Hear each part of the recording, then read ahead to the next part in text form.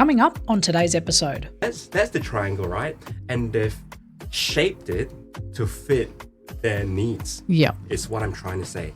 And they need to take that and find the right hole for it, find the right mold for it. So that means that, don't, you got to mold your triangle to fit the right hole. And what that means is you got to be really clear on what you're compromising on. And you've got to constantly assess, because the compromise could change. My requirement today could be different tomorrow. Yeah, that's true.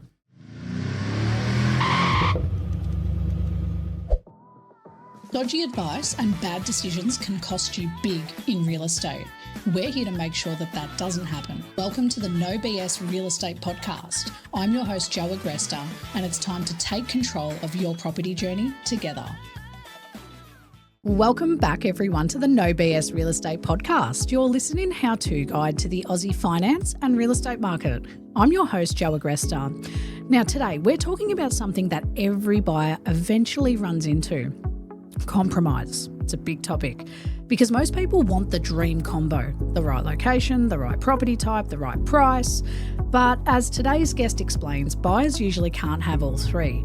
And I'm joined by Jason Kuan from Shern Advisory. Now, Jason brings a really interesting perspective because he started in real estate as a sales agent and he's seen the property side of the industry from a few lenses. He moved into buyer's advocacy and now he is officially a mortgage broker and has been for a while.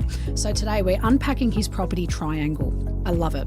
Location on one side, budget, and property type, and how buyers can stop chasing the perfect unicorn home and start making clearer and smarter decisions. So without further ado, Jason, welcome to the show. Thanks for having me. I'm actually so excited to give you guys some backstory. Jason booked in a call with me a few weeks back, and it wasn't even that long ago. I feel like I've known Jason for years. He booked in a call with me, and then we sat on the phone in our first discussion for nearly 3 hours talking about property. And what that tells me is we have the right professional here. We have the right person on the show today because you got to have passion for this industry and you got to have a passion for helping people. And that's exactly what Jason and I were bonding over was, how the hell do we make this better for people? And he brought up this concept that I'd never heard before. He said, I call it the property triangle. I'm so excited to break it down with you guys today. That's what we're going to do. So, Jason, I think for context, we need to know a little bit more about you instead of my summary. For people who haven't come across you before or Shern Advisory, can you tell us, your background, who you are and what you do at Shern Advisory? Sure. I'm a migrant. I'm from Malaysia. I came from a family of property investors and developers. Wow. So property has always been, if you like, in my blood. Like it was the natural thing to do. So I came and I did my year 12 and I did my degree in Melbourne Uni in valuations. Wow. Did research at CBRE and Colliers. Ended up selling properties in Docklands, South Bank for Buxton's, Lucas and Lendlease, the developer. Oh, nice. And when I was selling in Lendlease, this guy, Max, walked into the sales office I think it was on a weekday, and he said, I'm a mortgage broker. Let's have a chat. And I was like, sure, okay, how can we work together? And he said, all right, this is how I can help you, and this is how you can help me. And we eventually became friends because he walked a very similar path as I did. He started off in real estate in the country, moved down to Melbourne and became a mortgage broker himself. And so we became friends. He became a mentor. And I was being headhunted by a couple of local agencies in Docklands. And I said to Max, what do? I don't like what I'm doing here. Anyway, long story short, Max said, I'm better at advising than chasing listings or selling a property, standing at a property, trying to sell it to someone else. Yeah. So he said, why don't you come and work with me? So I did. We became a buyers and vendors advocate. Yep. And he said, to be a really good buyers and vendors agent or advocate, you need to understand the numbers. Yes. Because understanding the numbers drives the logic behind the emotions. So that's what happened between 2013 and 2017. I worked with him. I love that it just was so opportunistic that you were like, oh, what do I do? I'm being headhunted. It's like, no, do something. Come work with me. Well, because he did not say come work with me because of that. I said to him, I've got Lucas talking to me. I've got someone else talking to me, and I said, "What do I do?" And he said, "What's wrong?" And I said, "I can't stand at an apartment like saying to people, you need to buy this. People come in and I go, why are you here? They said, I'm here for an investment. I said, okay, what do you want to get out of this investment? And he said, oh, I want capital growth, I want yield, I want this, I want that. And I'm like, okay, maybe an apartment in Docklands back in 2013 is not that great an idea. 2013 was tough. And there was a lot of apartments at Correct. Docklands in 2013. Correct. And being a developer, we know what's the pipeline, what's coming on, and we know the vacancies and all that sort of stuff. So Max said, look, don't stand there trying to sell something that you do not believe in. Yep. That's what's happening. You're an advisor. Come be an advisor. Yeah. I think that it suits you to be that advisor, because I get that vibe from you. And when we were like talking about, what you do, but also like my journey that we've been on, it is a guide. It's like a spirit guide. It's like we're much better at setting the pathway. Spirit guide. I see it as a property spirit guide. I'm not joking, because Oracle. all right, I'll tell you, I call mortgage brokers the property psychologists. Yeah. Because often when you're working with like an owner occupier, they don't trust the real estate agent.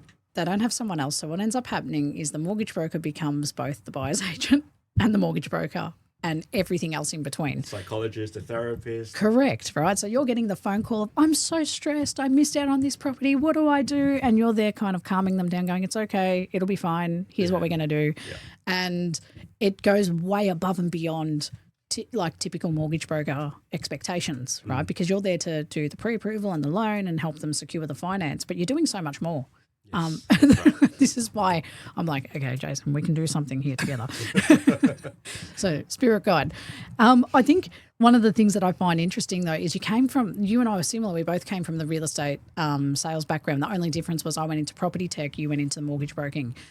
When you were doing your buyer's advocacy, what were some of the things that started to shift for you from the real estate side? What did you see different, and where did you prefer it? Definitely buyer's agency, because we hear more about like that. There's more truth, and there's more. I guess buyers open up to buyer's agents a lot more. They tell you what they really want. They tell you what they don't like about this. They tell you what the plans are. It's in real estate, we used to say buyers are liars. Yeah, that's right. Because they don't talk to you. No, they don't. You ask them what's your budget. They go, maybe 500. Maybe 450.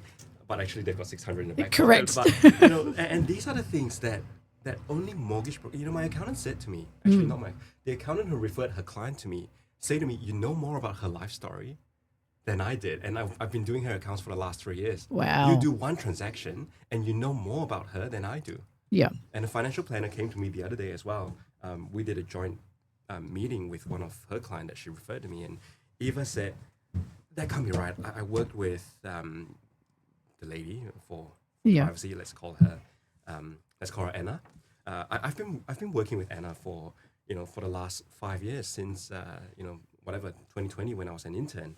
And we're friends, but the level of questions that you ask and the level of things, the depth of whatever that she's telling you is far greater than I've ever gotten out of her over late night conversations, over years, over social settings. Yep. So she said, "How do you do that?" How? I didn't want to tell you, but I'm telling you. Correct. Yeah. And it's just. I think it just comes down to having a real conversation and really understanding what they want, and putting them in a position to understand what it means and where this is going to take them. Yeah. Because buying property is not just dollars and cents. A lot of it is mindset, beliefs, goals. Yep. Lifestyle, habits, everything. It's your whole life. I think a lot of it is decision making, right? And this is exactly our topic today, is that decision paralysis. And this is where it stops a lot of people from actually moving anywhere. And like you said, when you start opening up those conversations I think a lot of people, even when I was in advocacy, they come to you and you go, oh, why do you want to buy? Oh, it's the next step in the journey. We have enough savings. It's like, okay, I always do the 5 whys exercise. Yeah, I want to get to the root cause. So I'm like, okay, but why? Yeah. Oh, well, we saved for the last 3 years. We just really want a bigger house. Why? oh, well, we're thinking, of having kids in the next year and we want to have a big space for them. Why? We keep going. Peel the onions. And exactly, the you're just core. peeling, Yeah. and then you find out that the original reason of, we have enough savings to buy is actually, well, we want to be here in 5 years and we want to buy our investment property in another 2, 3, 4 years, and we're doing this as a stepping stone activity. That's very different to I have enough savings, let me buy a house, to now, okay, the strategy and what you're purchasing is going to be very different. Yeah. And that's what I think you and me have bonded over. Very similar. Is that enjoyment of, okay, now we're cooking with gas. How do we help? That's it. Strategy is now completely different. Yeah. And then we ask one more question is, then what? Yeah. So all the whys, peel to the core, and then go, okay, now that we've got all this, then what? What are you going to do with that? What does that mean to you? Mm-hmm. How does that set you up? Yep. And then we go the other way. And what if it doesn't? Correct. So, we go towards and then we go away. And then they go, okay, now we understand everything. And by the time they finish that conversation, they're like, I feel like I've known you for ages. We don't mean to turn this into a therapy session, guys, but we think that you'll get a lot out of it, and just trust the process. And it comes down to, before I get too far ahead, because I already know where this convo is going, we're going to be poor for time. We'll be stuck on this page. Yeah. Let me get the no BS statement of the day out. Now, if you're new around here, we say a spicy or saucy statement at the start of of every episode, and then by the end, we're going to have Jason tell us whether it's bullshit or not bullshit. So we won't answer it straight away. We'll come back and take a look. But today's statement is, most buyers don't have a borrowing problem. They have a compromise problem. Now, we're not going to answer that, even though I feel like I know the answer. We're going to come back at the end and address it. So, Jason, I guess we've spoken about your background. I think this is what positions you very differently in the market. Because you understand not just numbers and, loan approvals and bank policy, but you understand buyer behaviour, buying actual assets. You're a weapon if someone works with you as a broker, because you're giving them a lot of best of both, is what I like to say. When sitting with a buyer now as a broker, what are you listening for beyond just income and beyond deposit borrowing? As we've discussed, we're peeling the layers of the onions to get to the core. We understand what the motivation is, what the current lifestyle looks like, how's it going to change, what's the mindset like. I like working with people with a growth mindset, because it means that every challenge becomes an opportunity to improve, right? They find solutions. It's not like, oh, this is too small, that's too old. It's like, oh, that's old, yes, and I can do something I can to do that, this, right? And this is small, great, I can do something to that. So, that's what I look for. And, we ask questions about why are you buying, what does life look like in 5 to 10 years, what's the right property, what does it look like to you, why does that fit you, does it fit you now, does it fit you in the future? So we're really trying to understand the motivations behind it. Because it's not so linear. Like, I think sometimes with buyers, do you think they separate their finance decisions against their property decisions? Like, that they're thinking about it until they speak to you. They're coming in with almost two different ways of approaching this. I took a long time to think about that. And I think I'm going to go with a yes. Interesting. Talk me through that thinking. It's usually not deliberate, right? Like, they don't,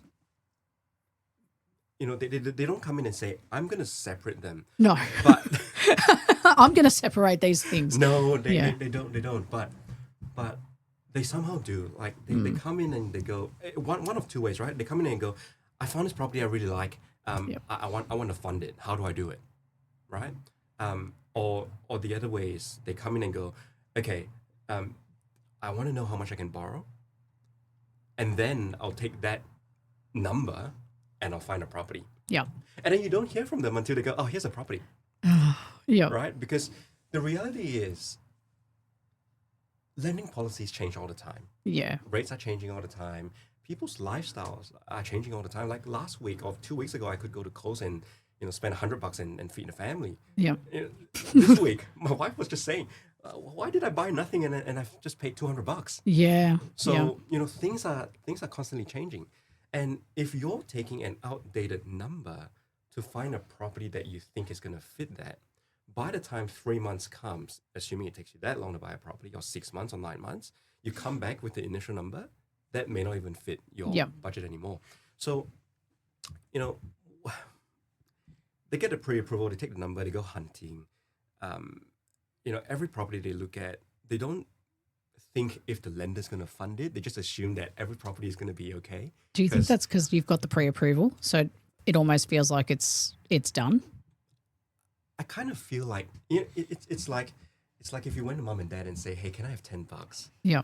And they go, what is it for? And I'm like, it's for a toy. And they go, okay, you just go to Kmart and get a toy, and as long as it's under $10, you're sorted. Yeah. And you just get any toy, right? Yeah. But, you know, it doesn't come with conditions of, oh, it has to be a sensory toy, it can't be a video game.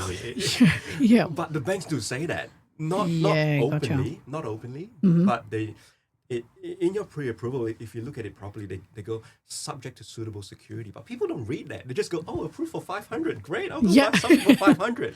Yeah, that I think that's the thing that they rely then on you guys to tell them about, right? So then they're like, so then you're advising them. But I think a lot of the time the excitement or the noise of I have pre-approval, I can go buy for 500, that's all out the window. That's right. And then they are looking at property. That's it. And this is where lines get blurred, problems can occur. So it's like so important that before you go off to the races, you pause and just understand what are you actually pre-approved for. And just early this week, someone sent me a property on realestate.com. If you know Melbourne well enough, it's on Johnston Street in Collingwood. Oh, lovely. Yep. It's sold as a residential property. Sure. Continue. So asked for Section 32, wasn't ready yet. So first thing I did was go on Vic Planning or Planning Vic, whatever that is. Yep. Commercial zoning, click into it. Permit not required for dwelling as long as the first 20 meters or something of the frontage is used as retail.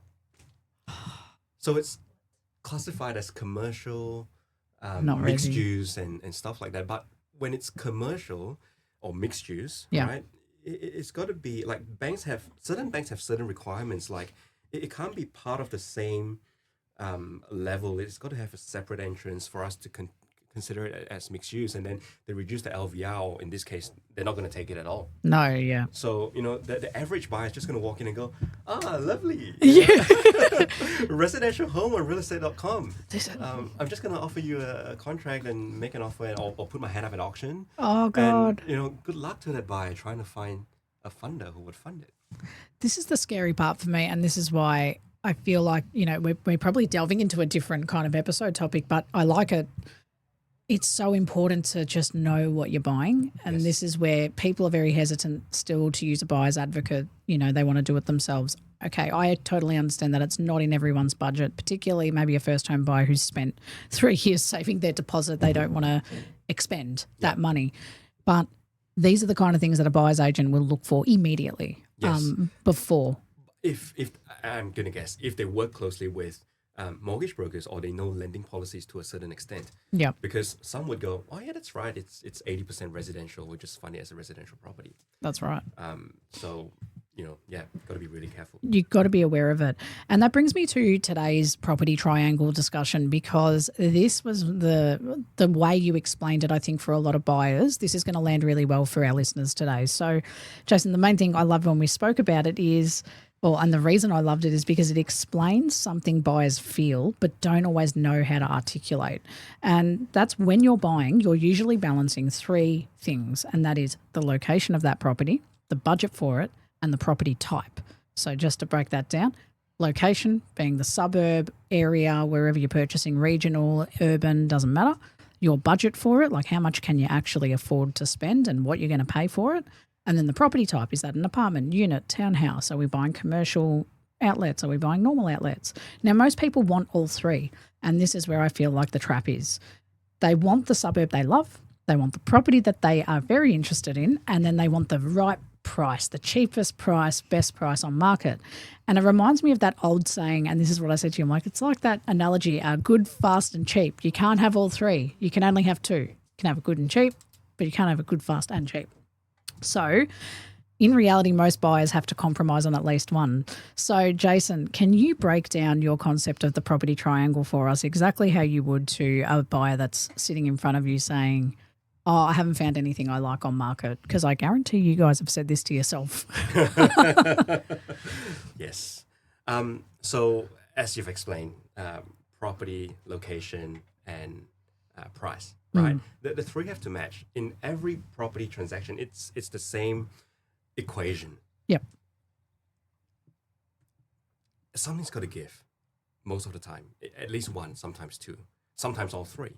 Yep. And when something's got to give, it means that you still draw that triangle, but maybe it's not like a whatever you call it, symmetrical. like a perfect. Yeah, it's not a perfect triangle. The triangle that's a triangle. That's a triangle. That's a triangle. And for people who are listening and can't see my my illustration, the angles could be different. Some lines may be longer and some lines may be shorter. To be honest, maybe the lines wouldn't even be straight because a property sits in a particular location will always sell for a certain price. Yep. Why? Because willing buyer, willing seller. That's the It's definition demand. of market value, right? Supply and demand. As long as it's marketed properly, people acting prudently with knowledge, that's what's driving demand. It's not the buyer versus the vendor.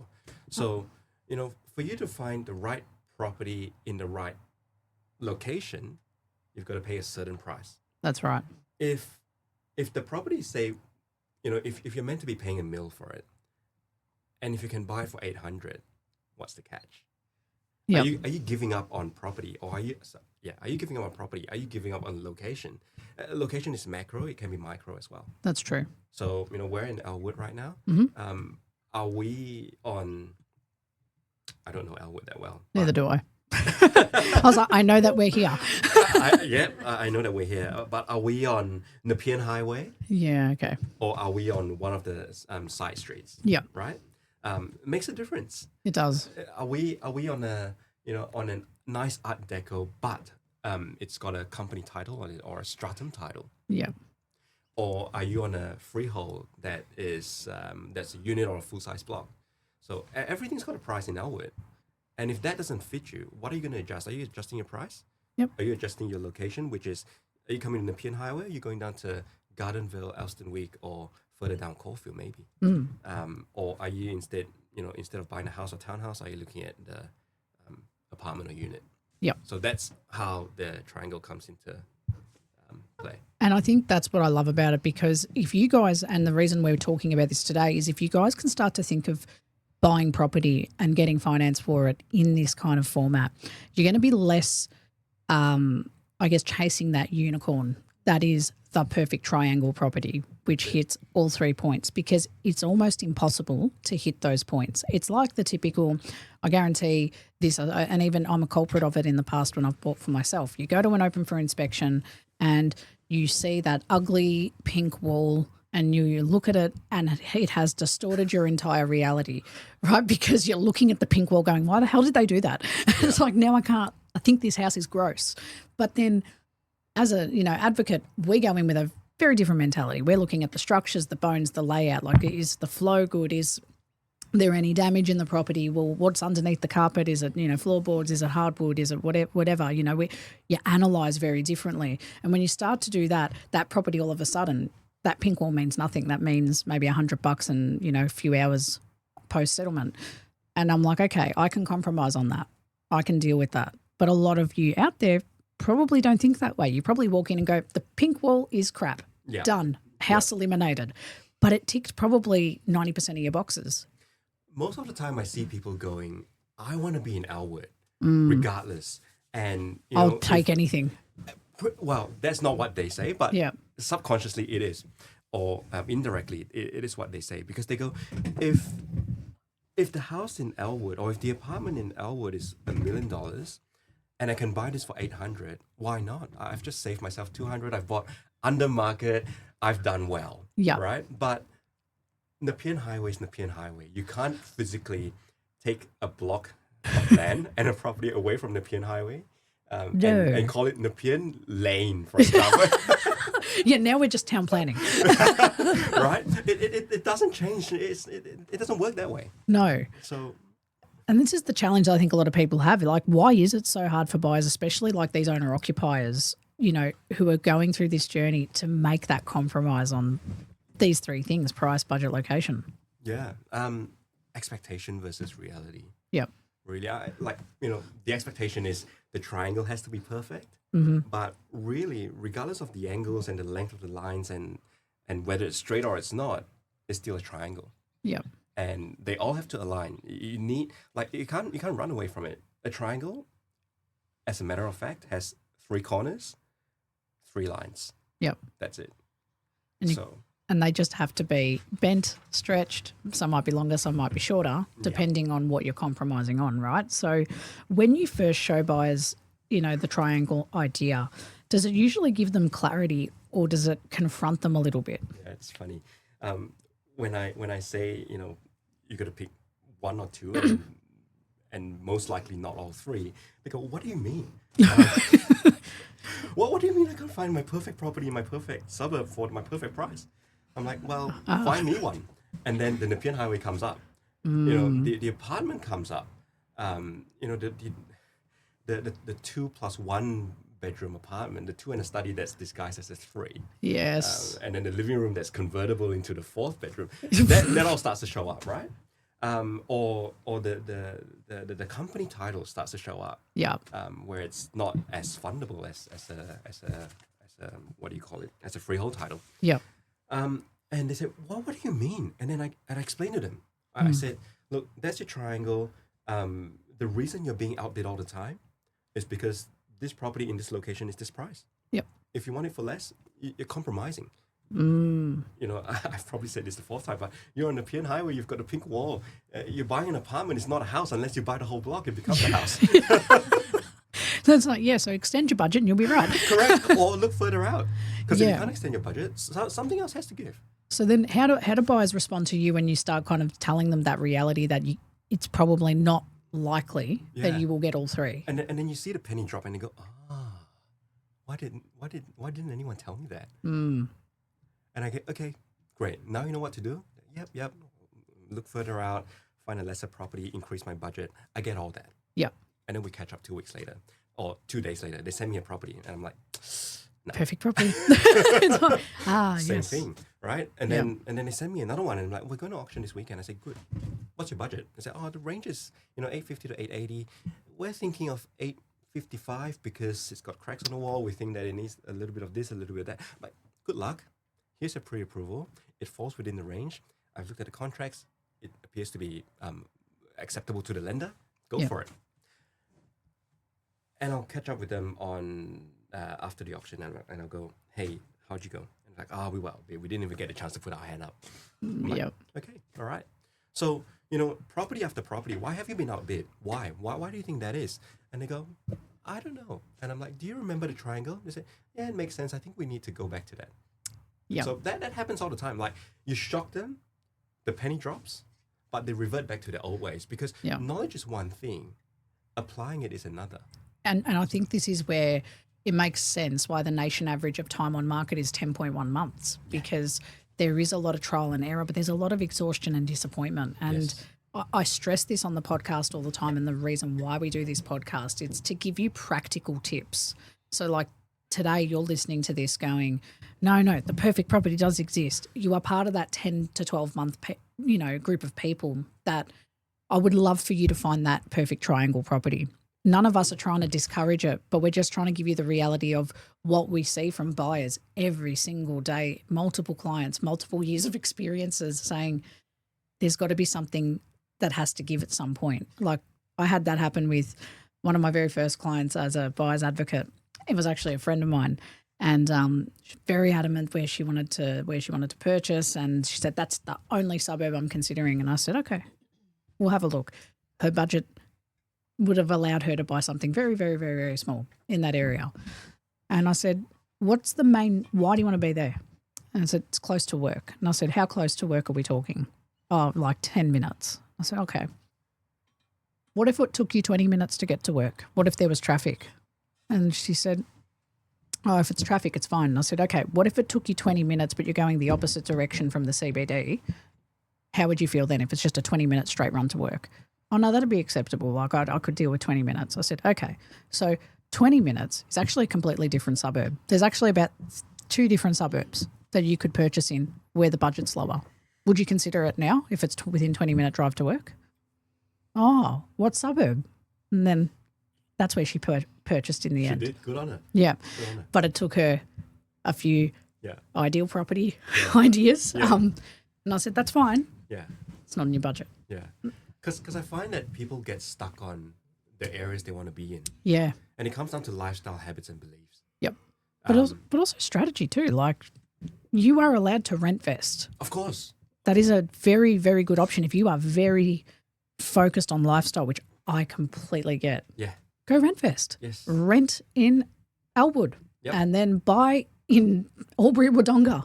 Wherever You want. Wherever there's growth. Buy That's it. Yeah, but I really find that it's hard because especially for kids or for young families like myself, we're stuck in a certain area because of kids' activities, schools, support system, and that postcode, that suburb just fits us. And the minute we go 20 minutes the other side of the CBD, everything breaks. Like we sort of have to set up new systems again and new routines, and That's true. so It's a level of comfort, but what we're coming to is what are you willing to compromise on? And sometimes I think that's just asking yourself those tough questions, because it brings me to this next, the next interesting part of this conversation, which is the emotions, how it drives these discussions and how it drives these decisions. So when you walk into an open for inspection, like let's say suburb, like you said, is a big part of convenience. I think that's a lot to do with where is work, where is my parents' house, or, my family or my friends, where's my gym. All of that stuff comes into play, and all of a sudden you've given yourself a very impossible list of I need a property that is within 2 kilometres of everything. It's like, Jesus, in your budget. it's not Okay. possible. This is going to be impossible. You're going to have to compromise with 20 minutes out or 5 minutes out. What if it's 10 kilometres away? Yeah. And this is the stuff that you have to balance, because you might find the right property, and if the property's right, like not with the pink wall, it looks move-in ready. It's ticked all the boxes, but it's like 30 minutes from where you originally started with the suburb, but it's the right price and the right house. Now that can seem achievable, but do you see your clients ever getting to that point? Look, it's easier said than done. Again, it depends on your life stage. I know people who moved 2 to 3 suburbs out. Yeah. Lived there for 2 years, thought they could make it. Properties on the market. Yep. They've come back in. Yep. I know people who went the other way off the CBD. So exactly to your point, right? 30 minutes that way is the same as 30 minutes that way. For $450 you get a unit here, and this was back in 2008, right? Yeah. And for $450 you get like a 450 square meter block over there. Yeah. Logically, financially, you would go there. Correct. For $450, but this call them a couple. They kept coming back to this side because that's where the support system is. That's where the friendships are. That's where the lifestyle, the habits, and the beliefs are. So, after 2 years, they rented that out and they bought something closer in. So, fortunately for them, they could. But imagine if they couldn't. Yeah, then that's a shame, because the buy, the sell, the stamp duty, the agent's fees, it adds waters down up. everything. And this is where, again, you don't want to compromise on the wrong thing. Correct. And that's equally important, because I guess, in your opinion, which part of the property triangle do your buyers struggle most with? Like, which one of those 3 is the one where they're most stuck? They're really hung up on location. That's probably the hardest part to change. So they're really hung up on location because of that lifestyle, habits, and beliefs. Yeah. The property, yes, they can try and squeeze. Like the kids can share a bedroom. I can work from the living room. I don't need an office. Things like that. We don't need as much storage or space. We can rent a storage space outside, or we can just sell everything and live on bare minimum and all that just to be in a particular area. Do they struggle with the budget? Yes, sometimes they do. If it's a borrowing capacity problem, then unfortunately, it will always be a problem until Yeah. you improve your situation over the next 6, 12, 24 months. Yeah. Yeah. So it's not really budget that's like dictating that compromise. The budget seems to be something that when they're told what the budget is, they know their limits. It's now the compromise or the issue is really sitting in that suburb or property section. I'm going to say it depends as well, because if there is actually fat and room to stretch in the budget, that's usually the first part that gives. Yeah. Because if you see it, you like it, and you can afford it, there is little to no reason why you wouldn't do it. Yeah, true. And people in that sort of situation where you say to them, I can get you a pre-app of $1 million, and they go, no, I only want 700. These people are budget conscious. They know where the money's going. They've accounted for rate rises of 2, 3, 4%. Yep. They know that I shouldn't spend more than 30 or 40 of my income to make repayments. They know that I need to keep up. So these are very, very sensible, financially sensible people. Yeah. And typically for them, the budget tends to give first Interesting. before the property and the location. Because for owner occs, I think there's always that emotional pull to the, not so much type of property, but the areas that they want to be in. Yeah. If it's a young couple, they may say, I want to be in Northcote. A quick pause. We'll be right back. Here's a word from one of our sponsors who supports the show. If you've ever considered investing commercially instead of residentially, then you need to have a chat with Michael Leipnick from Aston Constructions. Aston Constructions specialises in childcare as an investment strategy. They'll see through the project from development all the way to the end to renting it out. He works with investors looking for structured commercial opportunities beyond the standard residential path. If that's something you're exploring, his details are in the show notes below. Reach out and have a chat. I'm not going to go to Williamstown. No. But it's true. Like, I think even if I reflect on my journey, as much as I know, one of the things me and my partner were deciding on is we wanted to be in between both our parents' house. Yeah. Right. So her mum was in Pakenham, my parents were in Lynbrook. Where do we buy that is equal-ish? Right in the middle. Right in the middle. Now, the place that's bang in the middle started at like 1.8 million, so we couldn't go bang in the middle. Yeah. But then we compromised in Cranbourne East, right? So not central Cranbourne, which would have been literally 5 minutes from my mum's house, not fair. We went Cranbourne East, much further on the edge of Clyde North, and that seemed to be a bit more of a balance. And I remember at the time, I love where I live, but now that I reflect, it's been 4 years, how the hell did I not think of a freeway access point? Because I go to the city all the time and I have to drive 20 to 25 minutes just to get on the freeway. Annoying. It is annoying. It's one thing that when I buy my next property or when we buy our next property, I will never not think about that. Yeah. That's almost now my deal breaker. It's part of your experience that you learn That's through right. buying. Correct. And it's like, well, actual property, fantastic. I love my house. Yeah. Location, very handy, very convenient. But the freeway situation is a deal breaker, and I'm just living that in my one deal thing. breaker. It's like, You're dealing with it. I'm dealing with it literally. Yeah. And I think this is where I got caught up in the excitement, Yes. fundamental problem that everyone faces, and I've totally neglected that fact. And at some point, that's going to give. Like, you're going to get so frustrated. You're going to go, I'm moving out. I've got to go. Oh, yeah, exactly. And I think that's where my partner's always, she's a mover. She's like, yeah, let's just go. And I'm like, oh my God, I get Not it. again. I get attached. I'm like, no. I said, give it another year. And she's like, all right, well, I'm ready. Yeah. And I love that though, because it's encouraging, and we've got some equity in that house, so it gives us options, right? Nice. And now when you talk about, I guess, a good asset, what does that mean for an owner-occupier? Because they're not just buying an investment, like they're buying a home too. Like they're buying their own home, but they might have an ambition that in 2, 3, 4, 5 years that's going to change.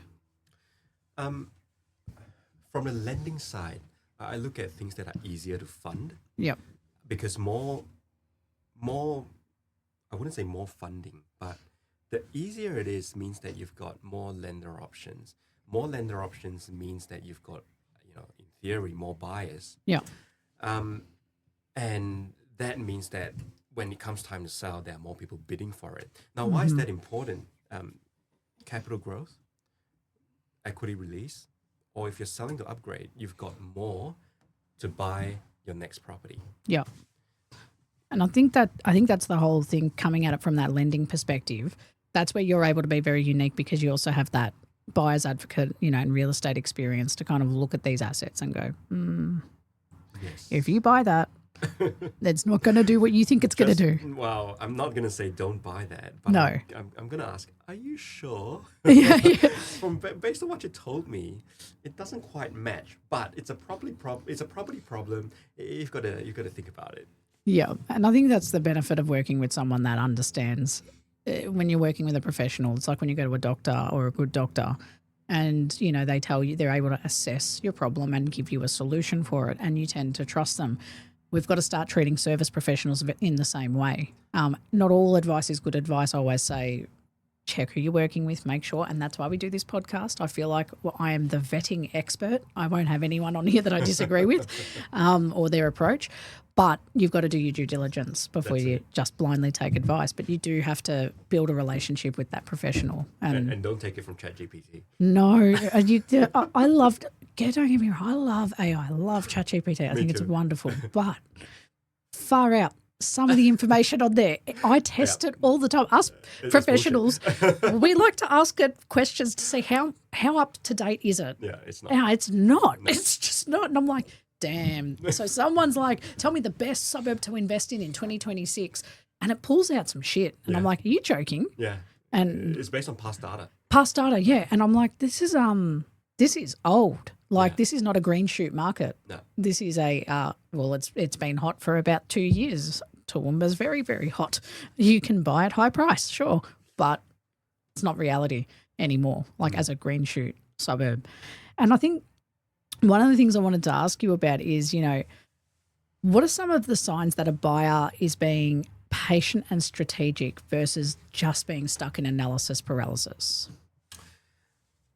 Patient and strategic is being really, really clear about your lifestyle, your motivations, your wants.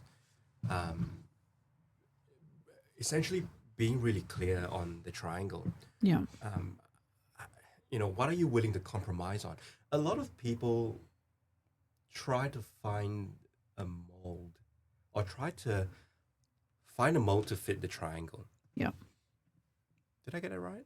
I think you did, because it's like they're trying to fit, it's like a circle into a triangle, and they're trying to find that triangle to fit exactly. Correct. In place. They're trying to find the right hole to fit their. No. They're trying to mold. It's like they want to put a circle into a triangle, right? I'm imagining it like this, and they're making that circle cut off until it fits in that space. Okay, what I'm trying to say, sorry, I'm surviving on 1 hour, but you're doing actually really well. My brain's not thinking clearly. I know what I want to say, I just can't get it out in words. So that's the triangle, right? And they've shaped it to fit their needs. Yeah. Is what I'm trying to say. And they need to take that and find the right hole for it, find the right mold for it. So that means that, don't, you got to mold your triangle to fit the right hole. And what that means is you got to be really clear on what you're compromising on. And you've got to constantly assess, because the compromise could change. My requirement today could be different tomorrow. Yeah, that's true. Lending policies today can be different tomorrow. Mm-hmm. The property market, buyer motivation, vendor motivation could all change just at 7:30 on budget night. Let's not. Nah, we won't go there. But it's a good example. So it is a great example, yeah. What was driving the market yesterday and credit, what was driving credit yesterday would be completely different tomorrow. So, you've got to constantly assess and change the shape of your triangle to make sure that you find something that fits. Yeah. But I think, not trying to talk about the budget announcement too much, but you're right, that's a great example of everyone probably had a strategy. Yeah. Budget announced a change and has ripped that strategy from under your feet. And now everyone that's an investor has had to think about their strategy moving forward. Yes. And if those ones that have been pre-approved for finance who are about to buy an investment and were thinking about a certain strategy, they're now having to rethink if that's correct. And this is part of that compromise and not being stuck in analysis paralysis, because now what happens is like, oh, I should have bought last year. Oh, I should have bought 2 years ago. You can't get stuck in the what ifs. The time's passed. That's right. You can only deal with what you're doing now. What we want to be able to do today is give you some practical takeaways on how not to get stuck. And before we do, I think the best way to kind of explain what we're trying to say is with our Reddit Real Talk segment.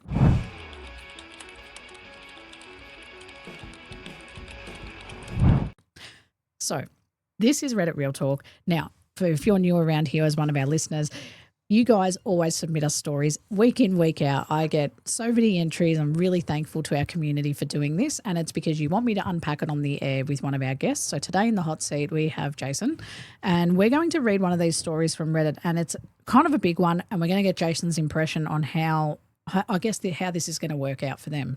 So, Jason, are you ready for me to kind of read this out and go for it? Yeah, go for it. Okay, so this one came from Oz Property Chat. Shout out to our listener who submitted it. And it says here, buying a house, what do you value more, commute versus what? And it says, my partner and I have been looking to buy a house closer to work, eastern suburbs, Melbourne, for a while now, and have come to the conclusion that we need to make some sacrifices on our wish list. Number one, commute. We said no more than 30 minutes drive from work. Ideally, we'd like to be in the area, but it's expensive. So a 10-minute drive commute or bike ride, the dream, is more expensive than a house 30 minutes away. Now on the house, do we sacrifice a nicer house 30 minutes away from work for something that we don't like, but we will be closer to work, friends and family? Number three, budget. Or should we go for broke, possibly pun intended, and max out our pre-approval for something that ticks as many boxes as possible? We both have pretty stable, good jobs and have factored in interest rates at 6-7% on our max pre-approval. It's doable, but money will be tight. Good people of Reddit, what would you do? Have you made a similar choice, and what did you decide? Jason, this is almost like when I found this in my inbox the other day, I was like, this is gold. This is exactly what we're talking about. So, this feels like a classic buyer dilemma. What's your immediate reaction when you hear this? Yeah, it's a good one. I mean, I can't really put myself in their shoes, right? Because everyone's different. What you're willing to compromise on is not what I'm willing to compromise on. So, if this was me asking the question, what I would say to myself is, personally, I hate commuting. Yep. To me, half an hour one way is 1 hour two ways. Yep. Multiply that by 5, it's 5 hours for the whole week. Multiply that by 50, you do the math, right? Yeah. And if there's 2 of us, double that. Yep. Right? So what would I do with 500 hours in a year? A lot. My perspective's been blown. That's it. I'm not even lying. It's all about perspectives. Yeah. Well, what's 500 hours in? It's probably close to a whole month. Yeah, no, more. Sitting in a car. Yeah, it's more. It's more than that. I think there's like 180 working hours in a month. 120. Maybe. Yeah. That's right. So what are you going to do with that? I mean, listening to a podcast is a great one. It's, like the No BS Real Estate podcast. That's a good one. Talking to ChatGPT these days, that's a good one as well. Yeah. But really, practically, you can't do proper stuff. So, for me, if I was saying this to myself, if Jason asked the question, I'm going to say, Jason, if you can, go for broke. Really? I will say that to myself because I wouldn't want to move suburbs. I wouldn't want to a certain degree. I've got a family of 4. I can't fit in a 2-bedroom. Yeah. I can't. Maybe I can, but I can't. We can pretend for a minute. We can. But what I can do, and it comes back to the mindset, right? Which is what we spoke about earlier. What can I do to improve my, let's put aside borrowing capacity for a minute. Let's talk about my affordability. Yeah. Right? If I said, for example, how can I increase from 1,000 a week to 2,000 a week. Do I drive for Uber? Do I start delivering stuff? Do I start a side hustle? Do I get another job?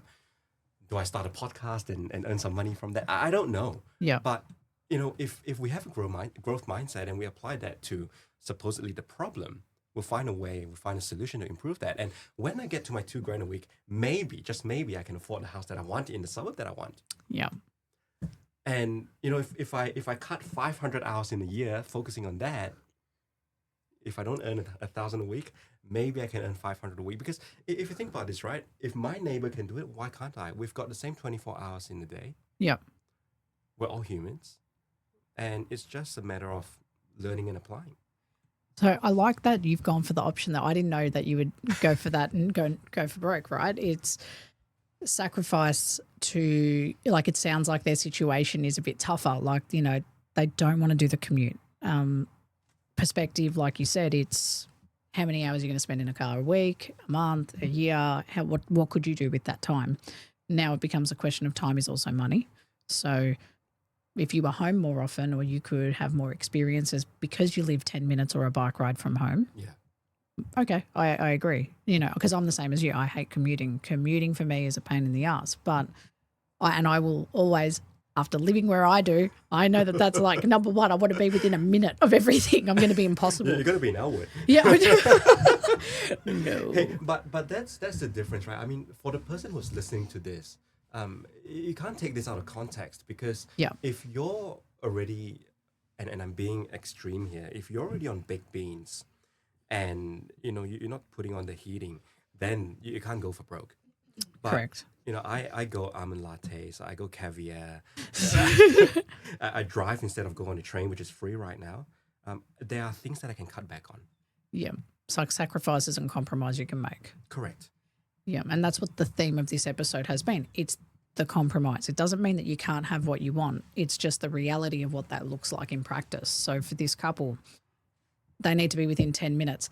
They're going to have a very tight budget. They can manage it, but they're willing to compromise on the budget to have the convenience for their lifestyle.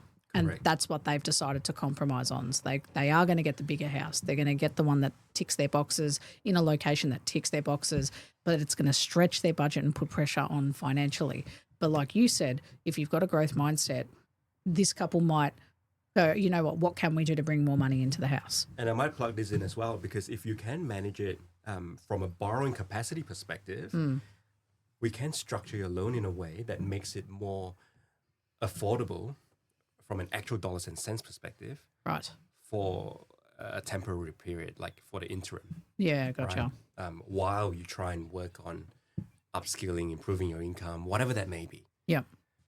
So I think that's important. And I guess if this couple came to you and, was working with you as their broker, how would you walk them through the decision? Like you said, you'd take them would you encourage them? Because it sounds like they've got good income. Like, I'm just going by the story. They've got good income. They feel pretty secure in their earnings. Yeah. How would you kind of guide them through that? Yeah, the really first question that I'm going to ask is, have you tried commuting 30 minutes one way every single day for the last, 12 months? Have you experienced that? Because if you haven't, I'm going to tell you it's not easy, because I've tried it myself. Yeah. And I hated it. So can you do it? It's the first question I'm going to ask. Picture yourself doing it for a minute. Go travel out half an hour every single day just for fun in peak hour traffic. No. Try that every single day for a week. If you can do it for a week, do it for a month. If you can do it for a month, okay, maybe rent there for the next 6 to 12 months and see if you can live there. Try before you buy. Yeah. Because you may be able to do it for 1 year and you can't do it for 10. And it's really going to hit you mentally, and it will hit you financially.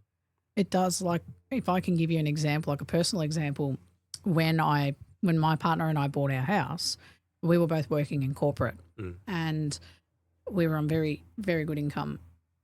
I had to commute from Cranbourne East to CBD every day.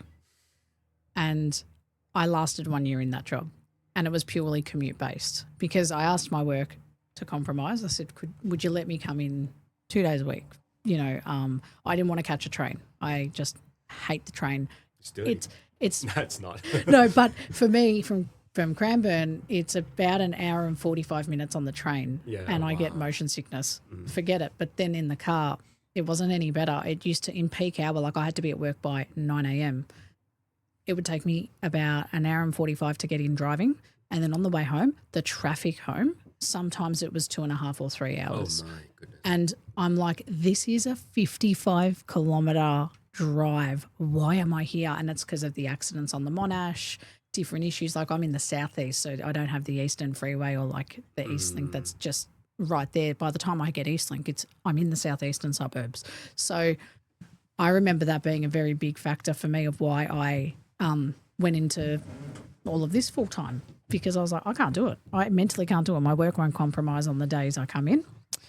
I can't do this any longer. This is just mentally draining my battery. I'd get home at like 8 o'clock at night. I'd go to bed and do it all over again. Correct. 5 days a week. You become like a robot. It's so robotic. It was robotic. And I'm like, when people say, oh, but you've got a great income, like, you can do whatever you want. I'm like, yeah, spend it on petrol. Like, that's what I do. And people are like, but people are like, oh, well, why don't you catch the train? It's cheaper. And it's like, but I'm no matter how you cut it, I've got 3 to 4 hours a day where I'm stuck. Yeah. That's what I'm annoyed about. I don't care if that's train, taxi, car, I'm stuck. Yeah. Just about the only difference is I fly out of Moorabbin Airport every day and get dropped off by a parachute.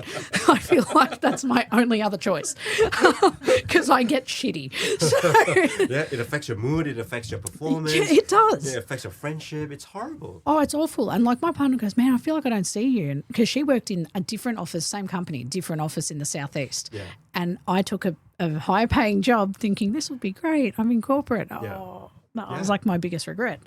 And it mentally killed me. And that's why we ask, and then what? You've got this now. And then what? Right? Because something's got to give. That's right. It has The to. triangle applies to your situation, right? It does. You've got a higher pay. You're giving up on something else. So what are you compromising on? But it's true. Like I had to compromise on my job because the only alternative was me and my partner had this discussion. Did we buy in the right area? And then she asked me the question, do you love what you're doing and do you see yourself staying in that role for like 5 years, 6 years or still working out of that office? And I'm like, no, I don't like what I'm doing. Like that saying of the money's worth it. It's not. And I said, in my situation, absolutely not. I regret it. And she said, if that's the answer, then moving's not the answer. To be closer to the city or buying an investment in the city so you can sleep there Monday to Friday. It's not good for our relationship. No. She said, maybe you need to do your business. And she said, because I'd been running the podcast at that point for like 2 years just in part-time. And she said, no, I think you need to go full-time. Good on and her. She encouraged me. That's the exact clarity on the triangle. That's a good example, right? She's being strategic. Yep. And what was the other thing you said? Basically, she applied the triangle She really did. well, and you had clarity from that. Well, she challenged me on, do you think you're going to be here for another 2 years, another 5 years? I'm Correct. like, no. I was very clear on that. It's Yeah. like, absolutely not. That's it. Because then moving's not the answer. And I think this is what we're trying to say to you guys is compromise. You got to give and take. Yeah. You're not going to get everything. You're going to get some. You're not going to get all. And in this couple's case, it's very similar. They have what they want. It's going to work, but it'll be a stretch. But you know what? You got a growth mindset. You'll make it work. If you really want that house, you really want that suburb. Like when I quit corporate, it was a big hit financially for us because I got a payout and then I was done. But that payout was my runway and I'm like, I have a time limit. Oh, my God. And it still is a challenge today. You know, when you run your own business, my partner changed roles. She got out of corporate. Oh, She took a more of a aspirational role. She wanted to be happy in what she did. We're making it work. It's not like we're on this big wicket of millions of dollars or even thousands of dollars, but we're making it work because we're happy, right? It's like, but we are where we are. We're happy. Different situation to when we started, but we were happier than where we were. And that's good because that means no stress. That means you live a happier life and longer life. And that's right. Your then what, right? So I've done this and then I've got a much better life. Correct. And now it's just all about that next step and what's in the future for us. Yeah. So very nice. I think that's where for you guys, like, I can't believe how long. Okay, Jason, we need to have you on back for 3, 4, 5 episodes. We'll just do a series, okay? We're going to have a special series with Jason. Are we running over time? I think we are, yeah, just about. We're actually not too bad. I think this is the best time, though, Jason, to go to your final thoughts and advice, right, for our listeners. The listeners today that have been going, oh, my God, this is me. I can't decide. No, Jason, you're wrong, Joe. I can't compromise on anything because all of it is so important. I need to find that perfect unicorn. And if it doesn't exist, I just won't buy a house. What's your advice or your tip for these people listening? To that particular comment, don't buy a house. Ooh, I like Don't. the reverse. No, really, don't.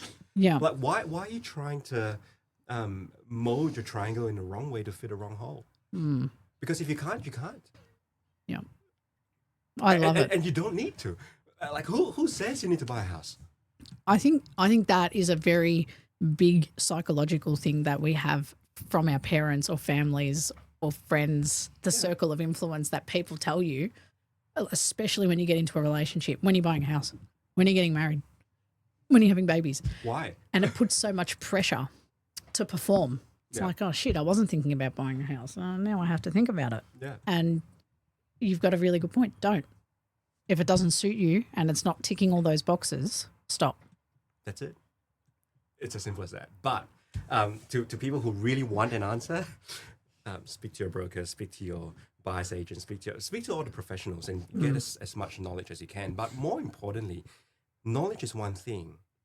Applying it is where you really see progress. And applying it, I'm not saying that you need to pay someone to help you apply it.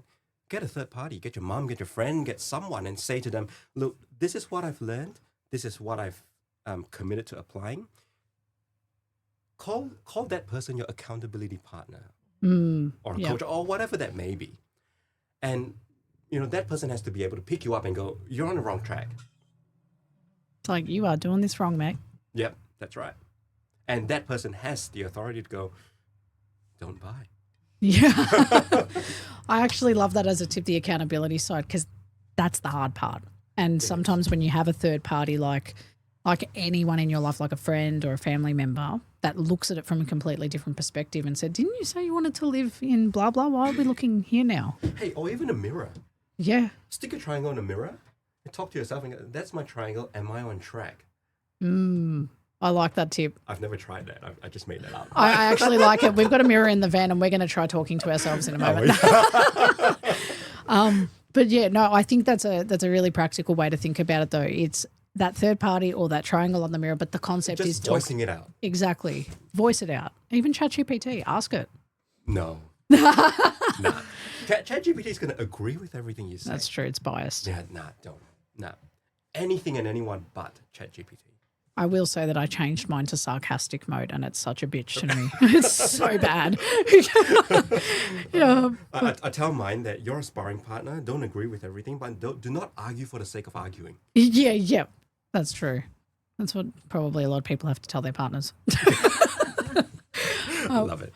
No, but Jason, I'm so thankful that you came on the show today. I know our listeners will get a lot out of this because they're in that nitty-gritty of decision making. So I'm going to say it one more time, the property triangle, budget, price, location. You're going to have to compromise at some point on one of them. And like Jason said, if you can't, then don't buy. It's not the right time. No. And maybe just change your mindset.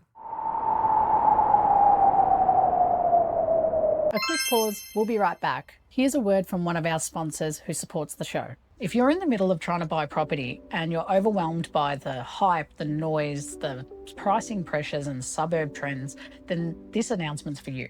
Cameron Tyres from The Way to Invest works with everyday buyers or investors on how to actually navigate the property market and buy something before it becomes too overwhelming. Instead of speculation, he builds strategy first, so your purchase actually aligns with your long-term goals. If you want confidence instead of second guessing, then check out Cam Tyres details for The Way to Invest in our show notes below. We can't let Jason go without coming back to our no BS verdict, which is the no BS statement we had. As a reminder, Jason, it was most buyers don't have a borrowing problem, they have a compromise problem. After everything we've said today, is that bullshit or not bullshit? It's not. Most buyers can borrow. What stops them is unwillingness to name what they won't give up. I really like the way you said that. You like it? Mm-hmm. It's the compromise and it's the mindset. It really is. Mindset's huge in property, and I think people discount it a lot of the time. But your mindset towards how you buy, what you buy, where you buy, that mindset is going to drive a lot of your decision paralysis or decision making.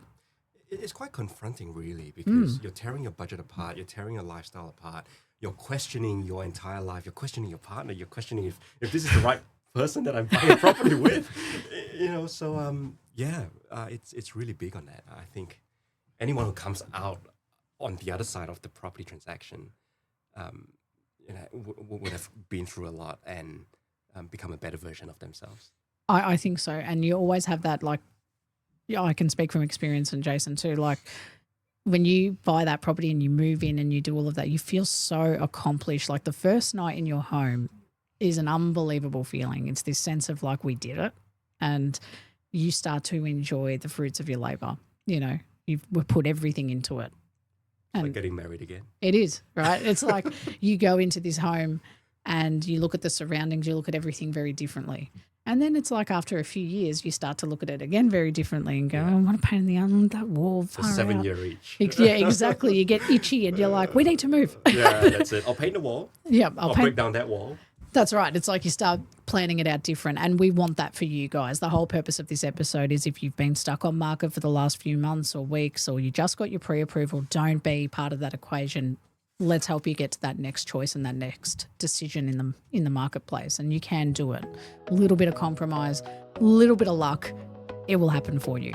But thank you so much for coming on, and thank you to our listeners for tuning in and always supporting us. If you want to reach out to Jason, like I said, he's a weapon, okay? You're not getting someone who just understands the finances, the mortgages and the lending side. You're getting someone who has experienced selling properties, selling homes, but also purchasing for buyers. There's a wealth of knowledge to tap into. And if you don't already feel like you've had a therapy session on this episode, Jason's very calm, he's very measured, and he's very thoughtful with his approach. And this is why we catch up as long as we did and why we feel like we've known each other for 20 years. So thank you again for being here. You're welcome. Thanks for having me. Anytime. You are always welcome. So thank you so much to our listeners. This has been the No BS Real Estate Podcast on Spotify or Apple Podcasts, wherever you're tuning in from. We'll catch you next time on the show. Thanks again for being here. I'm Jo Agresta. This has been the No BS Real Estate Podcast. Bye for now. That's a wrap for this episode of the No BS Real Estate Podcast, powered by Abodi AI. If you found this conversation helpful, don't forget to subscribe, leave a review, and share this episode with someone who might need it. If you're looking for more guidance on your home buying journey, you can visit www.abodi.com.au for expert advice, property insights, and the tools you need to find the right home with confidence.